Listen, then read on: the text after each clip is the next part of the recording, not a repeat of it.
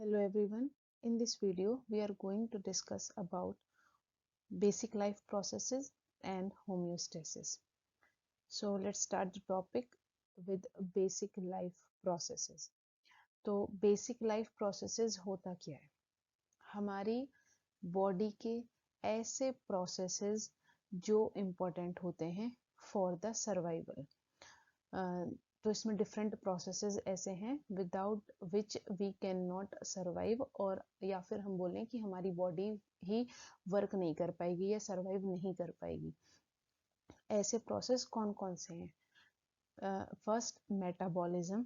Metabolism अभी हम next slide से करेंगे कि हर एक प्रोसेस का क्या मतलब होता है। तो metabolism, reproduction, differentiation, growth, responsiveness, movement, ये कुछ ऐसे प्रोसेस हैं बॉडी की जो नेसेसरी प्रोसेस होते हैं। तो वन बाय वन इसको समझते हैं कि व्हाट इज मेटाबॉलिज्म और ये फर्दर इसमें क्या कितने टाइप्स होते हैं। तो मेटाबॉलिज्म का बेसिक मतलब होता है जितनी भी हमारी बॉडी में केमिकल रिएक्शंस हो रही हैं उनको, उन केमिकल रिएक्शंस को हम कहते हैं मेटाबॉलिज्म, कि मेटाबॉलिज्म प्रोसेस हो रहा है।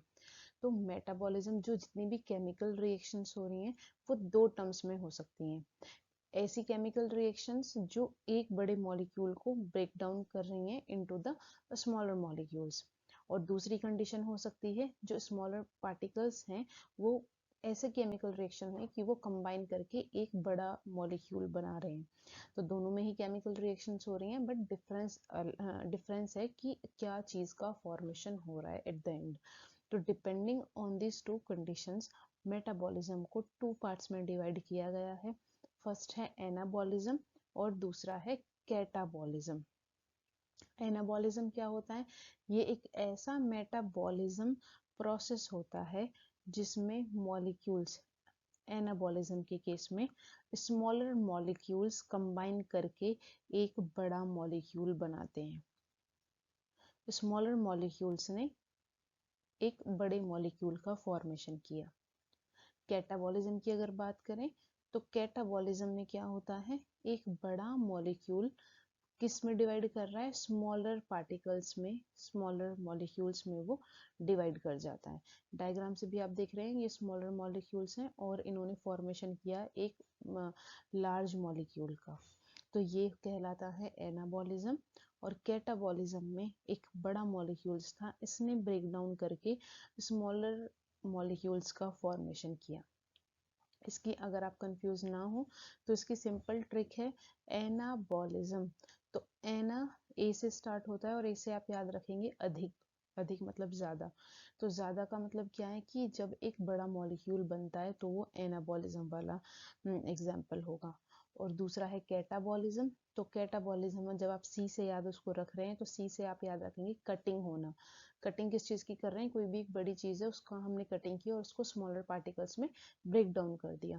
तो कैटाबॉलिज्म में क्या होता है कि जब लार्ज मॉलिक्यूल ब्रेक डाउन करता है into the smaller molecules, that is known as catabolism. तो हमारी बॉडी में ऐसी बहुत सारी एक्टिविटीज होती हैं जिसमें स्मॉलर मॉलिक्यूल्स लार्ज मॉलिक्यूल में फॉर्मेशन हो रहे हैं और लार्ज मॉलिक्यूल्स स्मॉलर मॉलिक्यूल्स में उनका फॉर्मेशन हो रहा है। ये जितनी भी सेट्स ऑफ रिएक्शंस हैं हमारी बॉडी में, ओवरऑल हम उसको कहते हैं मेटाबॉलिज्म होना। हमारी बॉडी में जितनी भी एक्टिविटीज हो रही हैं वो with the help of chemical reactions हो रही हैं जो कि नेसेसरी हैं हमारी बॉडी के लिए, और वो क्या कर रहे हैं, वो पूरा मेटाबॉलिज्म का पार्ट है। तो मेटाबॉलिज्म क्या हुआ, एक नेसेसरी प्रोसेस हुआ फॉर द सर्वाइवल। अगर मेटाबॉलिज्म ही नहीं होगा तो बॉडी में एक्टिविटीज ही नहीं हो पाएंगी किसी तरीके की, और एक्टिविटीज नहीं होंगी तो सर्वाइवल ही नहीं है फिर बॉडी का। इसीलिए मेटाबॉलिज्म एक इम्पॉर्टेंट स्टेप होता है। नेक्स्ट है मूवमेंट, हमने देखा था। तो मूवमेंट का मतलब क्या हुआ, सिंपल नाम से भी समझ में आ रहा है कि मूव करना किसी भी चीज का। अब मूवमेंट यहाँ पे दो टर्म में हो सकता है। इनसाइड द बॉडी किसी भी चीज का मूवमेंट हो रहा है, लाइक सेल्स का मूवमेंट होना जो कि जरूरी है। अगर हम इसमें हम एग्जांपल की बात करें, सेल्स का मूवमेंट हम किस तरीके से बात कर रहे हैं। अगर कोई भी बैक्टीरिया, कोई भी वायरस हमारी बॉडी में एंटर करता है तो हमारा पूरा इम्यून सिस्टम एक्टिवेट हो जाता है, वाइट ब्लड सेल्स एक्टिवेट हो जाते हैं, WBC। तो वो ट्रेवल करेंगे और ट्रेवल करके वो कहाँ पे जाएंगे, जहाँ पे वो बैक्टीरिया, जहाँ पे वो वायरस एंटर किया है बॉडी के पार्ट में। तो वो ट्रेवल करके WBC कहाँ पे गए, जहाँ पे बैक्टीरिया या वायरस ने अटैक किया, और वहाँ पे जाके वो उस बैक्टीरिया या वायरस से फाइट करेंगे, अटैक करेंगे उसको। तो ट्रेवलिंग जरूरी थी WBC की। तो ये क्या हुआ, ये मूवमेंट उन्होंने किया सेल्स ने, तो ये भी जरूरी था, एक इम्पोर्टेंट प्रोसेस है। नेक्स्ट है रिस्पॉन्सिवनेस। रिस्पॉन्सिवनेस का मतलब क्या है, हमारी बॉडी रिस्पॉन्ड करती है। अब सपोज विंटर्स हैं या समर हैं, तो इसमें क्या है, हमारी body according to the external environment हमारी बॉडी रिएक्ट करती है, या हम एनवायरनमेंट के अकॉर्डिंग रिएक्ट करते हैं, और उस अकॉर्डिंग हमारी लाइफस्टाइल, हमारी बॉडी का भी मैकेनिज्म या फंक्शनिंग थोड़ी चेंज हो जाती है अकॉर्डिंग टू द एनवायरनमेंट। तो इसका मतलब क्या हो कि रिस्पॉन्ड करना हमारी बॉडी का मतलब किसी भी इन्वायरमेंट कंडीशन के अकॉर्डिंग। तो हमारी बॉडी ऐसी होती है कि हम रिस्पॉन्ड करते हैं। तो ये भी क्या है, एक इम्पोर्टेंट प्रोसेस है सर्वाइवल के लिए, इसीलिए ये बेसिक लाइफ प्रोसेस में आता है। अगर हमारी बॉडी रिएक्ट ही नहीं करेगी, विंटर आ रही है, समर है, जो भी सीजन है, जो जैसा भी इन्वायरमेंट है, तो फिर तो वो बॉडी का सर्वाइवल ही पॉसिबल नहीं है, क्योंकि हमारी बॉडी क्या करती है, टेम्परेचर को चेंज कर लेती है उस अकॉर्डिंग, जैसे भी हम समर में हैं या फिर हम विंटर में हैं। तो रिस्पॉन्सिवनेस भी एक basic and important life process में आता है। इसमें क्या दिखाया कि the ability of the body, body की एबिलिटी डिटेक्ट करना, पता लगाना, और फिर पता लगाने के बाद में रिस्पॉन्ड करना उस कंडीशन के अकॉर्डिंग, उस इंटरनल और एक्सटर्नल इन्वायरमेंट के अकॉर्डिंग। इसमें यहाँ पे एक इसने ब्लड ग्लूकोज मेंटेनेंस का भी एग्जांपल लिया है। तो रिस्पॉन्सिवनेस में हमने यहाँ पे जैसे एक देखा ब्लड ग्लूकोज मेंटेनेंस। तो हमारी बॉडी में blood glucose level, sugar level, जो बेसिकली अगर हम सिंपल बात करें तो वो फ्लक्चुएट किया किसी की बॉडी में। तो फ्लक्चुएट जब वो हुआ, मतलब चेंज उसमें हुआ, तो हमारी बॉडी ने रिस्पॉन्ड करना शुरू किया उसके लिए कि शुगर का जो लेवल है, ग्लूकोज लेवल है, वो मेंटेन होना चाहिए। तो मेंटेनेंस के लिए जो हमारी बॉडी रिस्पॉन्ड कर रही है, वो भी एक एग्जांपल रिस्पॉन्सिवनेस में आता है। नेक्स्ट है ग्रोथ। तो ग्रोथ का मतलब सिंपल समझ में आ रहा है कि increase in the size of body. तो ग्रोथ का मतलब सिंपल क्या हुआ, हमारी बॉडी, एक छोटा बच्चा है, छोटा बच्चा धीरे धीरे बॉडी का डेवलपमेंट हुआ, बॉडी की ग्रोथ हुई, और फिर वो क्या हुआ, एक मीन्स उसकी बॉडी की ग्रोथ होती गई, बॉडी की ग्रोथ के अकॉर्डिंग मैच्योरिटी एंड फिर उसका पूरा डेवलपमेंट हुआ उसकी बॉडी का। अगर बॉडी के सेल्स ग्रो ही नहीं करेंगे तो बॉडी का डेवलपमेंट ही नहीं हो पाएगा। तो ग्रोथ भी इसीलिए क्या है, एक इम्पोर्टेंट बेसिक लाइफ प्रोसेस होता है। अब इसमें जब ग्रोथ की हम बात कर रहे हैं तो दो चीज़ों की बात, बॉडी का साइज बढ़ रहा है, बॉडी का साइज किस टर्म में बढ़ रहा है, या तो हाइपरट्रॉपी हो रही है या फिर हाइपरप्लाजिया हो रहा है। ये दोनों हम किस टर्म में बात कर रहे हैं, बॉडी के सेल्स की में किस तरीके की ग्रोथ हो रही है उस चीज की बात कर रहे हैं। अब यहाँ पे दो कंडीशन है। पहली कंडीशन कि सेल्स का डेवलपमेंट कैसे हुआ। पहली कंडीशन है कि एक सेल था और वो एक सेल का साइज बढ़ता चला गया, मीन्स वो एक सेल, दो सेल नहीं हुए, बट एक ही सेल का साइज बढ़ता चला गया। दूसरी कंडीशन है हाइपर, इस कंडीशन को जब सेल का साइज, एक ही सेल का साइज बढ़ता है तो उसको हम कहते हैं हाइपरट्रॉपी। और जब एक सेल से दो सेल, दो से चार, चार से आठ, इस तरीके से सेल्स का फॉर्मेशन हुआ, डेवलपमेंट हुआ, ग्रोथ हुई, तो उसको हम कहते हैं हाइपरप्लाजिया। तो जब हम बॉडी ग्रोथ की बात करते हैं, या तो हाइपरट्रॉपी की बात कर रहे हैं, या फिर हाइपरप्लाजिया की बात कर रहे हैं, या फिर दोनों ही चीजें इन्वॉल्व हैं बॉडी की ग्रोथ के लिए, बॉडी की डेवलपमेंट के लिए।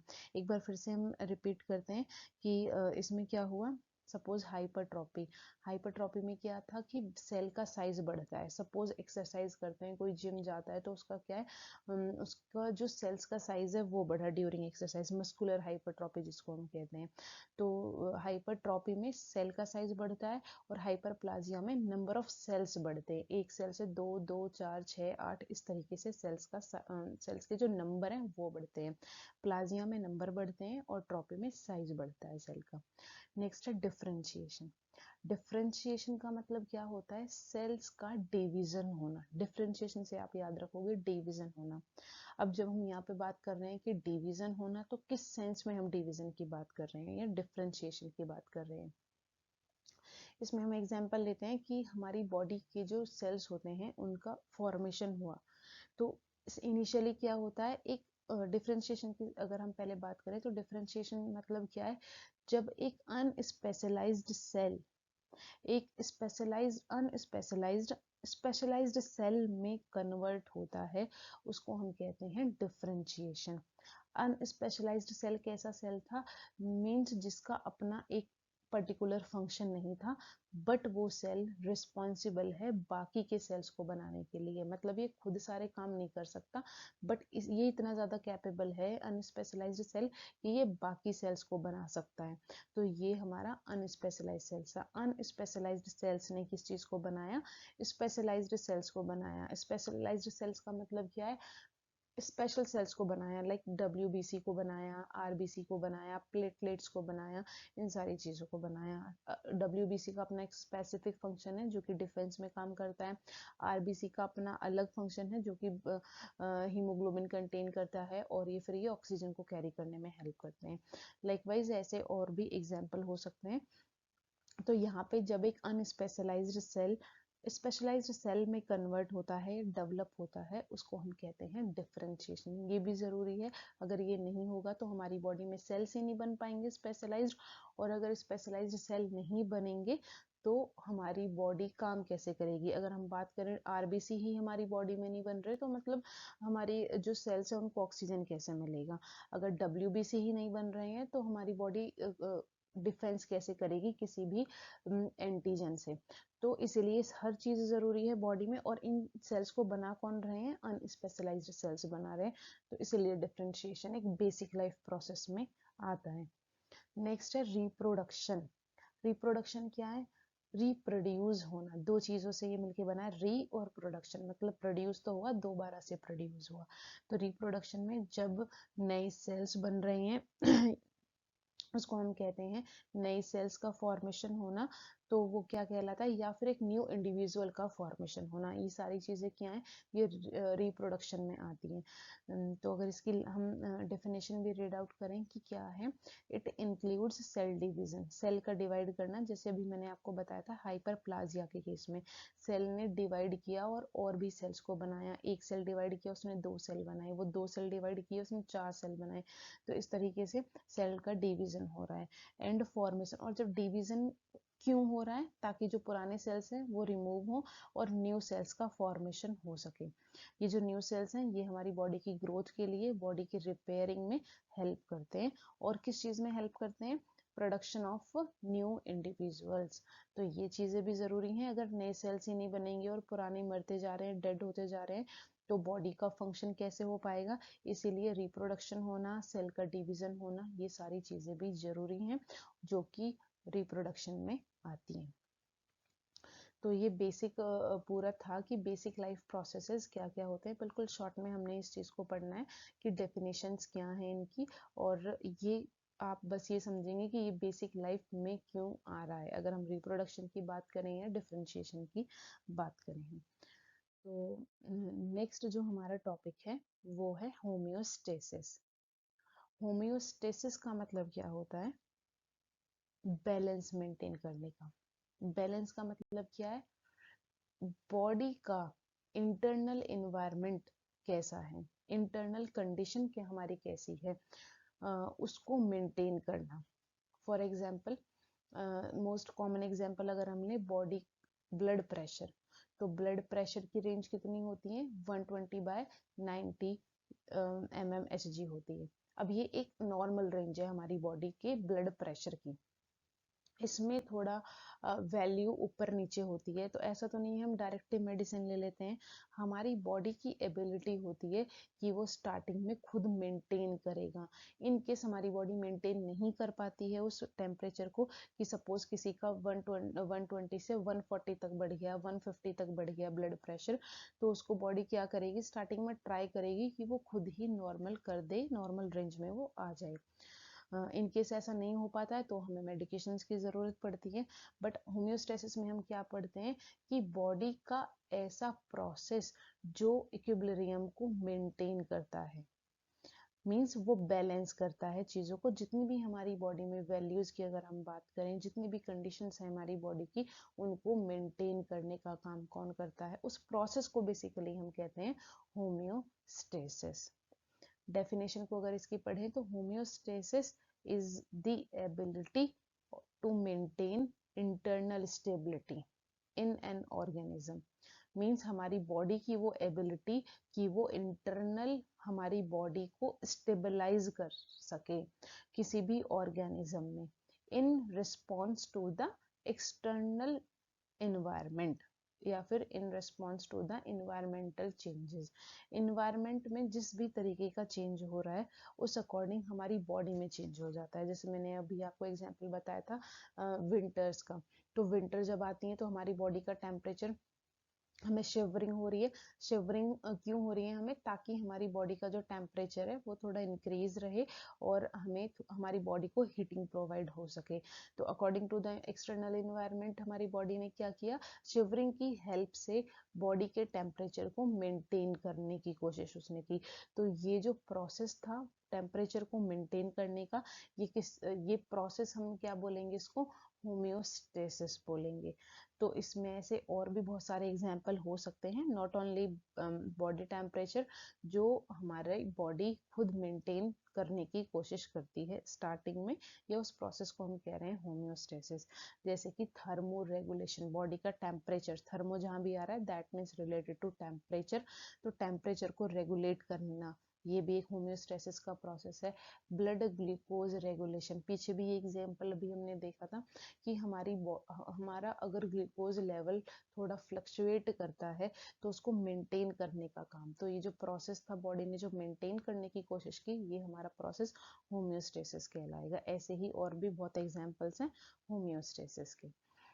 तो हमारी बॉडी, अगर हम बात कर रहे हैं कि बॉडी डिटेक्ट कर रही है चीज़ों को, तो वो डिटेक्ट कैसे कर पाती है, मीन्स हमारी बॉडी में ऐसी क्या चीज़ें हैं जो ये डिटेक्ट करने में हेल्प किया कि पहले कितनी वैल्यू थी हमारी, अगर हम बात करें टेम्परेचर की या बॉडी ब्लड प्रेशर की, और अब कितनी होनी चाहिए।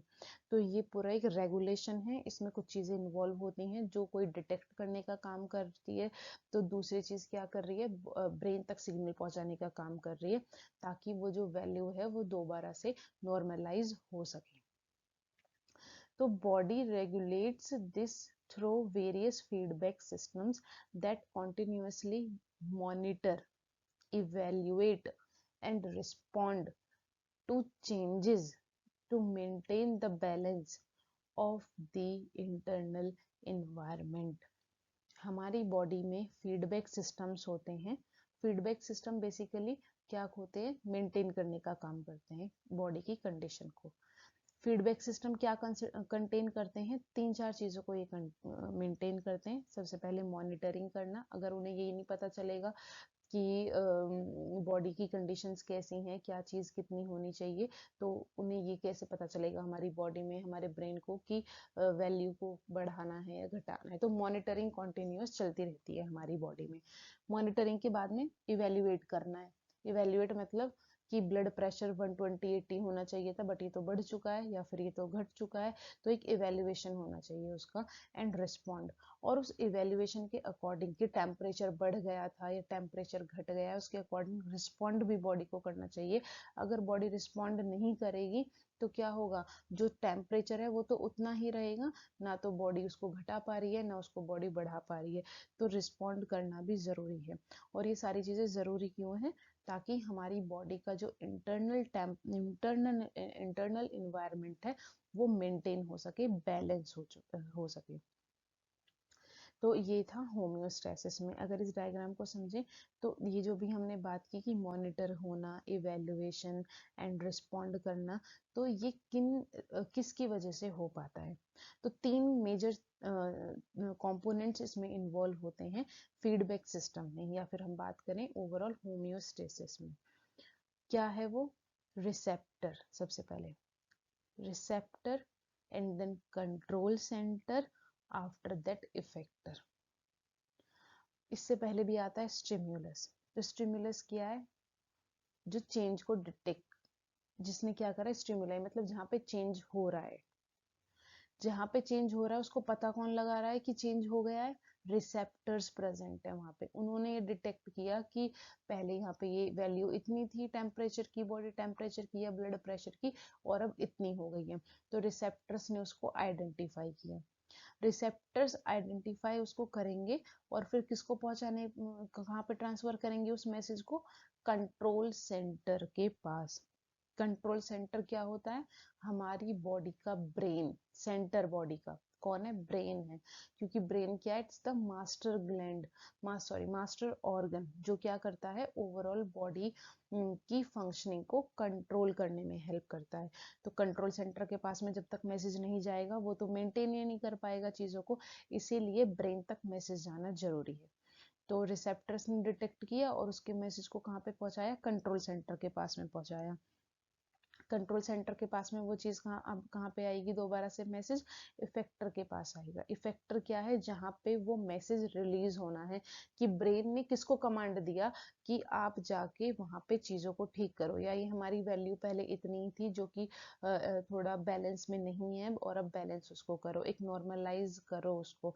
तो ये क्या है? ये इफेक्टर है, जो जहाँ पे इफेक्ट हमें देखने को मिलेगा।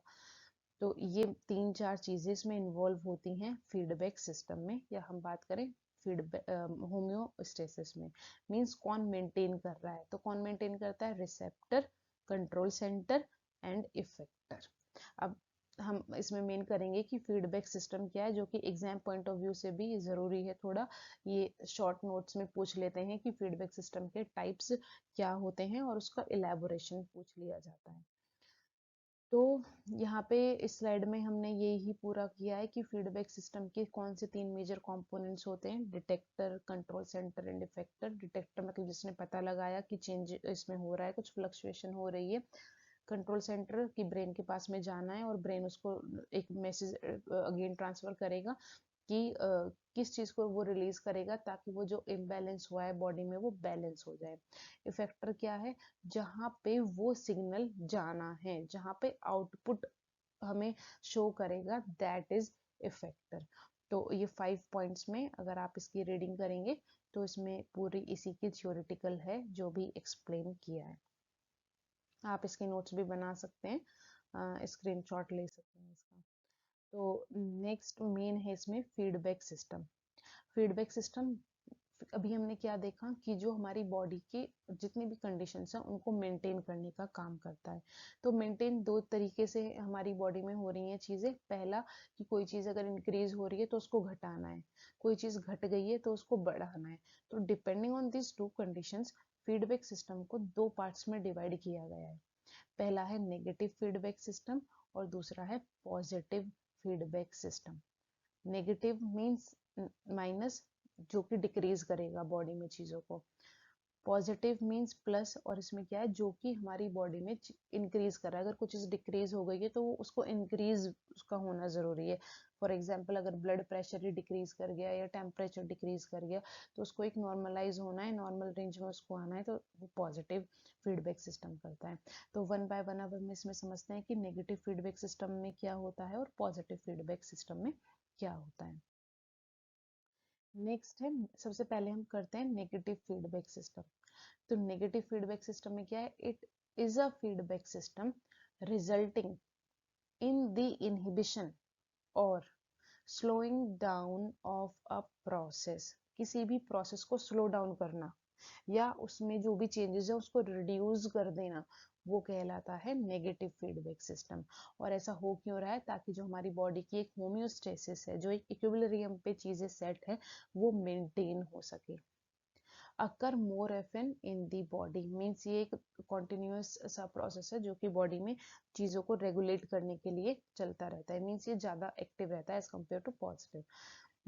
तो next for example regulation of blood pressure. तो हम इसमें पूरा फ्लो चार्ट से अभी समझेंगे कि इसने एग्जाम्पल में लिया ब्लड प्रेशर अगर रेगुलेट हो रहा है तो उसमें नेगेटिव फीडबैक सिस्टम कैसे अपना वर्किंग करता है। नेगेटिव फीडबैक तो पूरा इसमें हम समझेंगे कि नेगेटिव फीडबैक सिस्टम में किस तरीके से ये वर्किंग इसमें होती है। तो नेगेटिव का मतलब क्या है, कोई भी चीज़ बॉडी में अगर इंक्रीज कर रही है तो उसको डिक्रीज करके उसके नॉर्मल रेंज तक लेकर आना, ये होता है नेगेटिव फीडबैक सिस्टम का काम। तो इसमें हमने जो एग्जांपल लिया है वो लिया है ब्लड प्रेशर का। तो सबसे पहले इस साइकिल में हम देख रहे हैं कि नंबरिंग पूरी मेंशन है और फ्रॉम द नंबर 1 हम स्टार्ट करते हैं। नंबर 1 में क्या है, स्टिम्युलस, मींस जिसने डिटेक्ट किया हमारी बॉडी में कि टेम्परेचर, हमारी बॉडी का जो ब्लड प्रेशर है वो इंक्रीज हो गया है, डिक्रीज हो गया है। तो स्टिम्युलस ने ये डिटेक्ट किया, एज अ डिटेक्टर इसने काम किया। क्या डिटेक्ट हुआ कि ब्लड प्रेशर इंक्रीज हो गया है बॉडी का, तो इंक्रीज करना है तो उसको डिक्रीज करने का काम कौन कर रहा है, नेगेटिव फीडबैक सिस्टम कर रहा है। इसमें हम देखेंगे कि बॉडी में ऐसी कौन से मैकेनिज्म है जिसकी वजह से जो इंक्रीज्ड ब्लड प्रेशर था वो डिक्रीज हो गया एंड बैक टू नॉर्मल वो आ गया। तो ब्लड प्रेशर इंक्रीज अगर हो गया है तो होता क्या है, रिसेप्टर्स एक्टिवेट हो जाते हैं। रिसेप्टर्स कौन से, सेंसरी रिसेप्टर्स। सेंसरी रिसेप्टर्स कौन से रिसेप्टर्स होते हैं, जो ये सेंस करते हैं कि बॉडी की कंडीशन कैसी है। In case of blood pressure जो रिसेप्टर्स एक्टिवेट होते हैं उनको हम कहते हैं बैरो रिसेप्टर्स। तो बैरो रिसेप्टर्स जो ब्लड वेसल्स में भी प्रेजेंट हैं, उन्होंने एक्टिवेशन किया और इस चीज को सेंस किया कि हमारा जो ब्लड प्रेशर है वो कितना फ्लक्चुएट हुआ है। फ्लक्चुएशन जो हुई है उसको ब्रेन तक पहुंचाने का काम कौन करेंगे, बैरो रिसेप्टर्स करते हैं। तो in the form of input, input क्या है, ब्रेन के पास में जो मैसेज जा रहा है उसको हम कहते हैं इनपुट। किस फॉर्म में जा रहा है, नर्व इम्पल्सिस की हेल्प से। नर्व इम्पल्सिस की हेल्प से बैरो रिसेप्टर्स ने मैसेज ट्रांसफर करवाया कंट्रोल सेंटर को कि जो ब्लड प्रेशर इंक्रीज हो गया है उसको डिक्रीज कर दो। कितना डिक्रीज कर दो, बैक टू नॉर्मल लेकर आ जाओ। तो इनपुट की हेल्प से, नर्व इम्पल्सिस की हेल्प से कंट्रोल सेंटर के पास में मैसेज गया। मैसेज, कंट्रोल सेंटर कौन है हमारा, बॉडी का ब्रेन है। तो ब्रेन ने पूरी उसकी कोडिंग की स्टडी की कि टेम्परेचर कितना फ्लक्चुएट हुआ है, कितना इंक्रीज हुआ है, तो उस अकॉर्डिंग उन्होंने आउटपुट रिलीज किया। आउटपुट क्या भी बताया था, ब्रेन से हमारा जो मैसेज रिलीज होता है और किसी पर्टिकुलर बॉडी ऑर्गन तक जाता है जहाँ पे एक्शन देखना है हमें, तो वो हमारा आउटपुट कहलाता है। ये भी किस फॉर्म में गया है, in the form of nerve impulses. कहाँ पे मैसेज ये जाएगा, इफेक्टर के पास में जाएगा। इफेक्टर क्या है इस केस में, हार्ट और जो ब्लड वेसल्स हैं, हार्ट की बेसिकली ब्लड वेसल्स जो हार्ट से ओरिजिनेट हुई हैं और पूरा अटैच हैं बेसिकली वो हार्ट से। तो ब्लड वेसल्स में उन्होंने मैसेज को रिलीज करवाया, किसने, कंट्रोल सेंटर ने। कंट्रोल सेंटर क्या है, बॉडी का ब्रेन है। तो क्या मैसेज रिलीज करवाया उन्होंने, रिस्पॉन्स क्या देखने को मिला, ये कर देगा हमारी जो ब्लड वेसल्स हैं उसमें वैसो डायलेशन। वैसो डायलेशन की वजह से जो इंक्रीज्ड ब्लड प्रेशर था वो डिक्रीज कर जाएगा।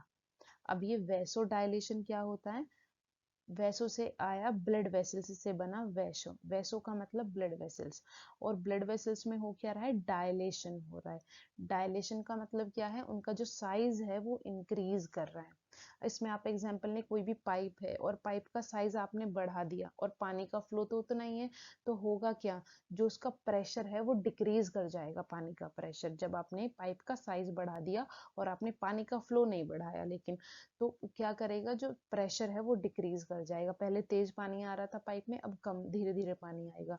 सेम एग्जांपल यहाँ पे फिट होता है कि यहाँ पे जो इंक्रीज ब्लड प्रेशर था हमें वो डिक्रीज करना है। डिक्रीज करने के लिए हमने क्या किया, उस पाइप का, पाइप क्या है यहाँ पे, ब्लड वेसल्स, उनका साइज बढ़ा दिया। वो जो साइज बढ़ाया है उसी को हम कहते हैं वैसो डायलेशन। वैसो डायलेशन की वजह से क्या होगा, डिक्रीज हो जाएगा heart rate. Heart rate decrease होने की वजह से ब्लड प्रेशर भी डिक्रीज हो जाएगा, जो कि इतना डिक्रीज होगा बैक टू नॉर्मल वो आ जाएगा। इस पूरे रिस्पॉन्स की वजह से क्या हुआ, जो पूरा होम्योस्टेसिस था अब वो रिटर्न हो गया, मीन्स पूरा नॉर्मल की तरफ वो शिफ्ट कर गया। जो पहले इंक्रीज कंडीशन थी बॉडी में अब वो नॉर्मल हो चुकी है। तो ये पूरा मैकेनिज्म इंक्रीज कोई चीज़ है अगर बॉडी में, उसका इतना मेंटेनेंस कि वो डिक्रीज कर जाए और इतना डिक्रीज कर जाए कि वो बैक टू नॉर्मल हो जाए, इसको हम कहते, इस मैकेनिज्म को हम कहते हैं नेगेटिव फीडबैक मैकेनिज्म। और इसमें ऐसे बॉडी की और भी कंडीशंस हो सकती हैं, नॉट ओनली ब्लड प्रेशर, जो नेगेटिव फीडबैक सिस्टम में फिट होती हैं। तो एक और यहाँ पे इसने एग्जांपल दिखाया है नेगेटिव फीडबैक सिस्टम का, बहुत ही बेसिक ही एग्जांपल है। क्या एग्जांपल है, यहाँ से स्टार्ट करते हैं इसको समझना पूरा चार्ट को। पूरा ये नॉर्मल है अभी, बॉडी का टेम्परेचर अगर इंक्रीज करता है, जैसे कि गर्मियों में हमारी बॉडी का टेम्परेचर इंक्रीज कर जाता है, पर हमारी बॉडी को तो टेम्परेचर मेंटेन करना है कि वो ज़्यादा इंक्रीज ना हो, तो हमारी बॉडी क्या करती है, कूलिंग करवाने लग जाती है, कूल डाउन करेगी ताकि टेम्परेचर थोड़ा डाउन हो जाए। कूलिंग कैसे करवाएगी, स्वेटिंग की हेल्प से। स्वेटिंग प्रोड्यूस होती है हमें, पसीना आता है गर्मियों में, और उस स्वेटिंग की वजह से क्या होता है, जो टेम्परेचर इंक्रीज हो रहा है ड्यू टू समर, वो क्या होगा, नॉर्मल वो हो सकता है स्वेटिंग की हेल्प से। तो जो इंक्रीज हो रहा था ब्लड बॉडी टेम्परेचर, अब वो कूलिंग इफेक्ट की वजह से, स्वेटिंग की वजह से वो डिक्रीज कर जाएगा। तो ये एक पूरी कंडीशन क्या है, एक नॉर्मल कंडीशन में आना उसको, ये भी एक नेगेटिव फीडबैक सिस्टम का एग्जाम्पल है। तो इसने यहाँ पे पहले इंक्रीज का बताया, अब यहाँ पे डिक्रीज का है, कि सपोज जैसे कि विंटर्स में क्या होता है, हमारी बॉडी का टेम्परेचर डिक्रीज अगर हो रहा है, डिक्रीज बॉडी का टेम्परेचर हीटिंग की वजह से, हीटिंग होगी, शिवरिंग होगी, तो वो थोड़ा इंक्रीज करेगा। तो ये पूरा क्या इंक्रीज कितना कर रहा है, नॉर्मल कंडीशन में वो आ रहा है, एक हेल्दी कंडीशन में उसका आना। तो ये पूरा मैकेनिज्म ये किसको इंडिकेट करता है, नेगेटिव फीडबैक सिस्टम को पूरा ये इंडिकेट करता है। तो नेक्स्ट है positive feedback system. Positive feedback, जैसे हमने नेगेटिव का समझा कि नेगेटिव कुछ चीज़ का रिड्यूस होना, किसी भी प्रोसेस का बॉडी में रिड्यूस होना, बॉडी की नॉर्मल कंडीशन के लिए, हेल्दी कंडीशन के लिए, वो नेगेटिव फीडबैक सिस्टम में आता है। और पॉजिटिव में किसी भी कंडीशन का बॉडी में इंक्रीज होना for the proper functioning of body, वो पॉजिटिव फीडबैक सिस्टम में आता है। तो इसमें क्या है, that results in the amplification और growth of the output signal, जो भी सिग्नल ब्रेन ने दिया है वो कैसा सिग्नल दिया है कि इंक्रीज करना है चीज को, तो वो पॉजिटिव फीडबैक सिस्टम है। एग्जाम्पल में इसने चाइल्ड बर्थ और लैक्टेशन का एग्जाम्पल दिया है। चाइल्ड बर्थ के दौरान क्या होता है, बॉडी में कुछ हॉर्मोन्स होते हैं फीमेल बॉडी में, जो इंक्रीज होने उन्हें चाहिए या होते हैं वो, ताकि जो चाइल्ड का बर्थ है वो इजीली हो सके। वो क्या है, वो जो इंक्रीज हुए हैं hormones due to child birth, increase होना हॉर्मोन्स का बॉडी की कंडीशन के अकॉर्डिंग, वो हमारा पॉजिटिव फीडबैक सिस्टम में आया।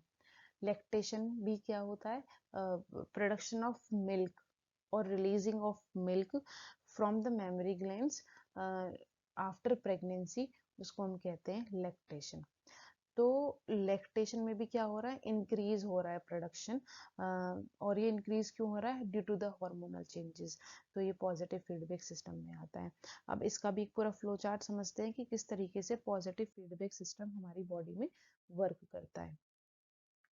तो यहाँ पे भी पूरी साइकिल से इंडिकेट किया है, यहाँ पे भी हमने कंट्रोल कंडीशन, रिसेप्टर, स्टिमुलस, इन सब का क्या काम है और उन्होंने क्या किया बॉडी में, ये सारा हम समझेंगे।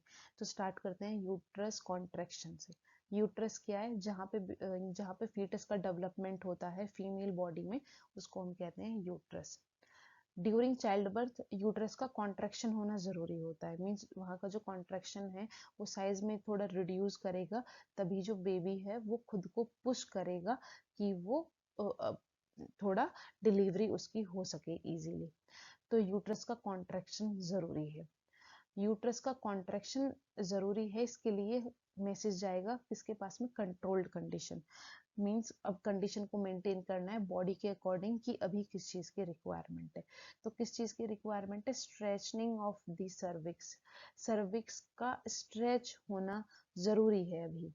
अब ये सर्विक्स क्या होता है, ओपनिंग, सर्विक्स क्या है, ओपनिंग, जो यूट्रस का लोअर पोर्शन होता है, या फिर हम बात करें लोअर एंड जो होता है यूट्रस का, जहाँ से एट द एंड जो बेबी है उसकी डिलीवरी होगी, तो वो यूट्रस है। वहां पे अगर स्ट्रेचिंग इजीली होगी तो जो बेबी है वो इजीली उसकी डिलीवरी हो पाएगी। तो स्ट्रेचिंग वहां पे बहुत जरूरी है सर्विक्स में। और ओवरऑल यूट्रस की बात करें तो कॉन्ट्रैक्शन वहाँ पे ज़रूरी है। तो रिसेप्टर्स क्या करेंगे, अब सब काम आता है रिसेप्टर्स का। रिसेप्टर्स क्या करेंगे, सेंसिटिव नर्व सेल्स मीन्स वो नर्व सेल्स को रिलीज कराएंगे जो कि सर्विक्स का जो पूरा स्ट्रेचिंग है उसको वो एनहांस कर सके। एनहांस वो खुद तो नहीं कर पा रहे हैं, तो ये मैसेज भेजेंगे ब्रेन को कि आप ऐसे हॉर्मोन्स को रिलीज करो जो हमारी इस चीज में हेल्प करे, स्ट्रेचनिंग में। तो in the form of input nerve impulses की हेल्प से वो मैसेज किसके पास में जाएगा, कंट्रोल सेंटर के पास में। कंट्रोल सेंटर क्या है, ब्रेन है। तो ब्रेन ने आउटपुट को रिलीज कर दिया। आउटपुट क्या रिलीज किया, ऑक्सीटोसिन को रिलीज उसने करवाया। ब्रेन ने ऑक्सीटोसिन को रिलीज कराया। और ऑक्सीटोसिन क्या होता है, ये एक हार्मोन है जो कि रिलीज होता है और चाइल्ड बर्थ में बहुत हेल्प करता है, क्योंकि ये बेसिकली कॉन्ट्रैक्शन में हेल्प करेगा। जो ये कॉन्ट्रैक्शन हमने यहाँ पे देखा कि कॉन्ट्रैक्शन जरूरी है, तो कॉन्ट्रैक्शन में ये हेल्प करता है। कंट्रोल सेंटर ने ऑक्सीटोसिन को रिलीज कराया। ऑक्सीटोसिन क्या करेगा, पूरा ये यूट्रस कॉन्ट्रैक्शन में हेल्प करेगा ड्यूरिंग लेबर और ड्यूरिंग चाइल्ड बर्थ। तो ऑक्सीटोसिन रिलीज होने की वजह से क्या होता है, जो यूट्रस की वॉल्स हैं, मसल वॉल्स हैं, उनमें वो और ज़्यादा कॉन्ट्रैक्ट कर पाएंगी। पहले तो वो जब तक ऑक्सीटोसिन ज़्यादा रिलीज नहीं हुआ था तो कॉन्ट्रैक्शन तो उनमें हो रहा था, बट इतना ज़्यादा कॉन्ट्रैक्शन नहीं हो रहा था। लेकिन हमें यहाँ पे ज़्यादा कॉन्ट्रैक्शन की रिक्वायरमेंट है, क्योंकि जितनी ज़्यादा वो मसल्स कॉन्ट्रैक्ट करेंगी, कॉन्ट्रैक्ट का मतलब आप समझ रहे हैं कि उसका साइज का थोड़ा रिड्यूस होना। जैसे अगर आप एक बैलून को प्रेस कर रहे हैं, बैलून में कोई पानी है और आप उसको प्रेस कर रहे हैं, तो वो कॉन्ट्रैक्शन वो हो रहा है, आप कॉन्ट्रैक्ट कर रहे हैं उसको। तो सेम वैसे ही आप साइज को रिड्यूस कर रहे हैं और वो पुश हो रहा है। फिर जो भी उसके अंदर चीजें हैं वो बाहर की तरफ आने की कोशिश करेंगे। जो पानी भरा हुआ है, जब आपने उसको कॉन्ट्रैक्ट किया तो वो बाहर आने की कोशिश करेगा, तो वो कॉन्ट्रैक्शन है। एक अगर आप बेसिक एग्जाम्पल से समझें तो यहाँ पे कॉन्ट्रैक्शन जरूरी है। कॉन्ट्रैक्शन किस चीज का, यूट्रस का। यूट्रस क्या है, जहाँ पे फीटस का डेवलपमेंट, बेबी का डेवलपमेंट होता है। तो जो जब तक वो मसल्स कॉन्ट्रैक्ट नहीं करेंगी तो उनको प्रेशर नहीं मिलेगा बेबी को कि वो बाहर की तरफ डिलीवरी उसकी इजीली हो सके। तो यहाँ पे कॉन्ट्रैक्शन हमें ज्यादा चाहिए, इसीलिए कंट्रोल सेंटर ने ऑक्सीटोसिन को रिलीज करवाया। ऑक्सीटोसिन रिलीज होके इफेक्टर के पास में जाएगा। इफेक्टर क्या है, यूट्रस पे ही पूरा वर्क करना है, तो वो यूट्रस पे जाके वो रिलीज करेगा और यूट्रस की जो वॉल्स हैं उनमें और ज्यादा कॉन्ट्रैक्शन वो कॉज करवा देगा। यूट्रस जितना ज्यादा कॉन्ट्रैक्ट करेगा इस दौरान, तो रिस्पॉन्स में हमें क्या देखने को मिलेगा कि जो बेबी की बॉडी है वो और ज्यादा इजीली पुश होगी, फोर्स होगी टूवर्ड्स द सर्विक्स। सर्विक्स कौन सा वाला पोर्शन था, एंड पोर्शन ऑफ यूट्रस। अगर यूट्रस है तो उसका जो एंड पोर्शन है उस पोर्शन का नाम है सर्विक्स। तो वहां पे इजीली फोर्स कर पाएगा फीटस, बेबी, कि वो उसके वो इजीली उसकी डिलीवरी हो पाए। तो ये पूरा ऐसे मैकेनिज्म है कि uterus during labour, child labour, किस तरीके से ऑक्सीटोसिन रिलीज करवाया कंट्रोल सेंटर ने और उसकी पूरी डिलीवरी में हेल्प की ऑक्सीटोसिन की वजह से। तो ऑक्सीटोसिन का पहले तो इतना ज्यादा वो रिलीज नहीं हो रहा था, बट फिर प्रोडक्शन को इंक्रीज करवा दिया गया। जो ये इंक्रीज हुई है कंडीशन, यही हमारी पॉजिटिव फीडबैक सिस्टम के अंदर आती है। इसका इंक्रीज होने की वजह से और ज्यादा कॉन्ट्रैक्शन हुआ, जिसकी वजह से डिलीवरी इजीली हो पाई बेबी की। तो increased stretching of the cervix causes the release of more oxytocin. ये साइमल्टेनियसली वर्क कर रहे हैं कि जितना ज्यादा वो स्ट्रेच करेंगे सर्विक्स, उतना ही ज्यादा ऑक्सीटोसिन का फॉर्मेशन होगा या रिलीज करेगा, और उसकी वजह से उतनी ही ज्यादा, अब जितनी ज्यादा ऑक्सीटोसिन रिलीज कर रहे हैं उतनी ज्यादा स्ट्रेचनिंग होगी। जितनी ज्यादा स्ट्रेचनिंग होगी सर्विक्स की, उतना ही बेबी को क्या मिलेगा, प्रेशर मिलेगा कि वो सर्विक्स की तरफ आ पाए। सर्विक्स की तरफ जितना वो आएगा तो डिलीवरी उतना ही जल्दी बेबी की, फीटस की होगी। तो ये पूरा मैकेनिज्म है फीडबैक का, इंक्रीज होना किसी भी कंडीशन को। तो ये था आज का टॉपिक पूरा, जिसमें हमने कवर किया बेसिक लाइफ प्रोसेसेस। एक छोटा सा टॉपिक है, 2 मार्क्स में कोई वो डेफिनेशन पूछ सकता है, लाइक मेटाबॉलिज्म उसमें इंपॉर्टेंट है कि मेटाबॉलिज्म क्या होता है, या फिर कैटाबॉलिज्म और एनाबॉलिज्म में वो डिफरेंस पूछ सकता है, तो वहाँ पे वो इम्पोर्टेंट है एग्जाम के लिए। और यहाँ फीडबैक सिस्टम में पूरा या तो पॉजिटिव को या फिर नेगेटिव फीडबैक को, चाइल्ड लेबर वाला एग्जाम्पल ये बहुत ज़रूरी है, पूरा फ्लो चार्ट से आप इसको बताएं कि किस तरीके से इसका पूरा मैकेनिज्म है। तो एग्जाम पॉइंट ऑफ व्यू से इस वीडियो के अकॉर्डिंग अगर हम देखें तो ये 2-3 चीज़ें इंपॉर्टेंट है। मैं पूरा मेटाबॉलिज्म की definition, catabolism, anabolism and positive और नेगेटिव के भी चांस होते हैं, या ओवरऑल वो 10 मार्क्स में दोनों पूछ सकता है। So it was all about this video. Thank you for watching.